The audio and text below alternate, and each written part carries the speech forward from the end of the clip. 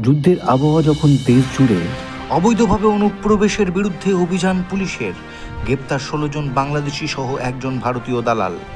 কিছুতেই কমছে না অনুপ্রবেশের সংখ্যা। আবারও সীমান্ত পেরিয়ে অবৈধভাবে ভারতের ভূখণ্ডে প্রবেশ করার অপরাধে নদিয়ার ধানতলা থানার সীমান্ত পার হতেই প্রত্যেককে গ্রেপ্তার করা হয় পুলিশের জালে। সূত্রের খবর, নদিয়ার ধানতলা থানার দত্তপুলি বারানবেড়ি নিরালাপাড়া এলাকায় এই বাংলাদেশিরা গা ঢাকা দিয়েছিল।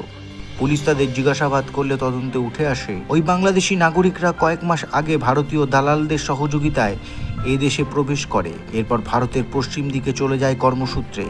পুলিশের তরফে জানানো হয়েছে, গতকাল রাতে ওই বাংলাদেশিরা যখন দেশে ফিরে যাওয়ার চেষ্টা করছিল, তখন নদিয়ার ধানতলা থানার পুলিশ একটি বিশেষ টিম অভিযান চালিয়ে প্রত্যেক বাংলাদেশি অনুপ্রবেশকারীকে গ্রেপ্তার করে।